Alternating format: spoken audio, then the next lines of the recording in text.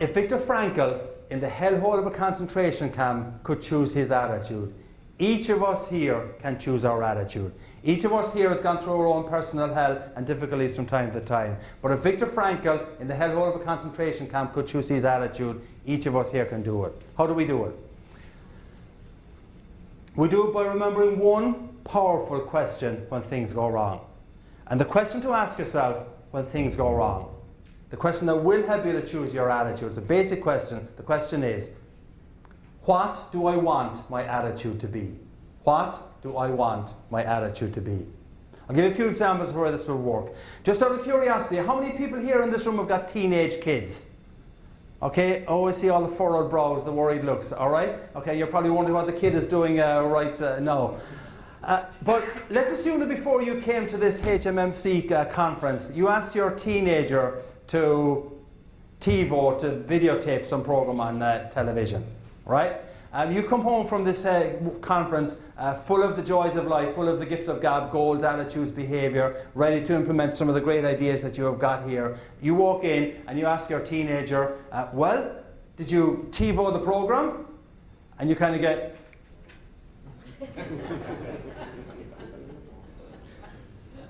And you know where the brain should be. There's an empty space and kind of two squirrels kind of running around it saying, what were we supposed to do? What were we supposed to do? So your first reaction naturally is to get a little bit miffed, right? Okay, and you've probably reason to get miffed because this is a program that you really did want to see again. It's the 72nd rerun of the 3rd episode of Survivor 2004. But you really did want to see it again. So your first reaction is to get miffed. Now your teenager gets miffed. And the reason why your teenager gets miffed is because you're in the relationship business, people business obviously. Human beings mirror human beings' reaction. And if you get miffed, obviously the first reaction from your teenager is they're going to get miffed. And when we're in a people business, your reaction is going to determine what other people's reaction is. We'll walk through this in a few minutes' time. So now you've come home from this wonderful conference. You're in a funk. The teenager is in a funk.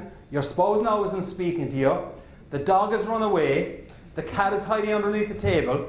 And you've got a hamster running around the treadmill at 100 revolutions per second saying to itself, because hamsters are actually very clever. The hamster is saying to itself, why doesn't someone remember to ask themselves the question they should ask when things go wrong? And the question they should ask when things go wrong is, what do I want my attitude to be? Because if you ask yourself the question, what do I want my attitude to be in that kind of a situation, you're unlikely to say, I want to be angry, I want to be annoyed. You're unlikely to say, I want to be upset.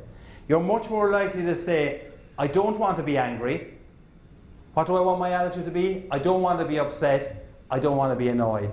And you will make some effort not to be angry and not to be annoyed. It is a powerful question that can make a real difference to you. I'll give you another example of where it helped me. A few years back, I was driving in the western suburbs here of Chicago in rush hour traffic. Came to a set of traffic lights, turned left at the traffic lights, and a few seconds after turning left, I noticed in my rear view mirror a mobile discotheque. Cop car, flashing lights. So I pulled to the slower lane, he pulled to the slower lane.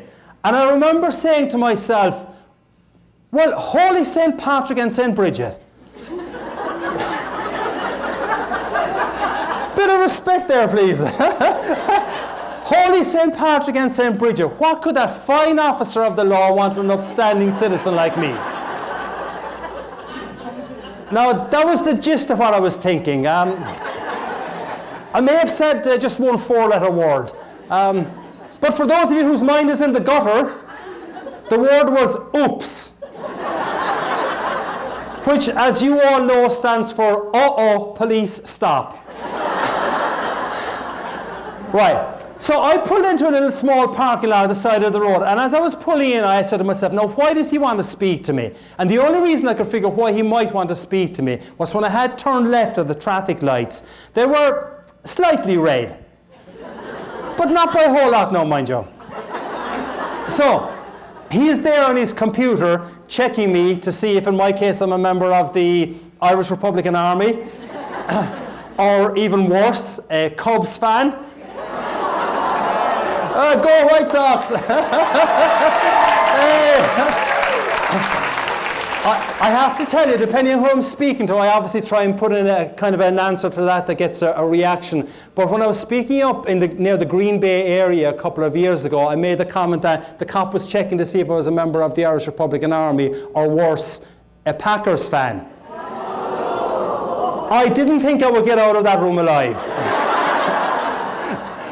So he was there checking my computer to see what my record was like. And I asked myself the question that I said you should ask when things go wrong. So I asked myself the question, what do I want my attitude to be? And I said there's no point in being antsy and annoyed about this. He probably doesn't understand the concept of slightly red lights. So in my side mirror, I see him walking up towards me. And this being Chicagoland area, I prayed that he had an Irish name. I prayed that he had this vision of Ireland, that the roads are still unpaved, that milk is brought to the creamery via donkey and cart, and that traffic lights, if they exist at all, are, well, basically advisory. I look up, Officer Schmidt, who proceeded to tell me in minute detail what I had done wrong. He asked for my license, and he asked for my insurance. Now, none of this is made up, I promise you. I had asked myself the question, what do I want my attitude to be? As he is looking at my license, he says to me, "Sir, I like your attitude." I'm thinking, woohoo, I'm getting away with this. Then he looks at my insurance and he says, "Sir, your insurance certificate is out of date." My wife normally looks after that, officer. He smiled. I think he realized he was dealing with one more administratively incompetent husband. Ladies, you know the story, I'm sure. And he just handed back the insurance certificate to me, and he said, "Look, take it easy on that one." Now, I should tell you that this event happened on the 16th of March. Okay? One day before St. Patrick's Day. So the rest of the conversation went as follows. We're having great, good fun, and as you will see, it continued that way. So the rest of the conversation went, "How much will this cost me, officer?" He said, "I'll cite you for the red light. I'll leave you go on the insurance. That'll cost you $75, sir." $75? Do you know how many pints of Guinness I can get tomorrow for $75? The guy cracked up laughing. I think he thought I was on crystal meth. And he said to me, "Sir, if I was to cite you for the red light and the lack of insurance, this would be significantly more expensive. You'd have to go to a traffic court." So I said, "Thank you, I appreciate the break you're giving me." I pulled into a very small parking lot with only one access and egress, so I had to turn the car around and drive by Officer Schmidt. As I drove by Officer Schmidt, I kid you not, he waved to me with a genuine smile. That was how the conversation had gone. And I said, "This is crazy. This guy's waving to me with a genuine smile, and he's after fining me $75. And I waved back to him with a genuine smile, saying, "This is really crazy. He's fined me $75 and I'm waving back to him." What Officer Schmidt, though, would not have known was that for only $75, I got a really powerful anecdote about the importance of asking yourself a really powerful question when things go wrong. And for everyone here in this room, things do go wrong. In the next couple of days, something will go wrong. Hopefully, it's not going to be anything serious. Maybe you might spill a cup of coffee here on the table, or you might stub your toe or something like that. But things will go wrong. It's life. We all hit speed bumps. We all hit potholes.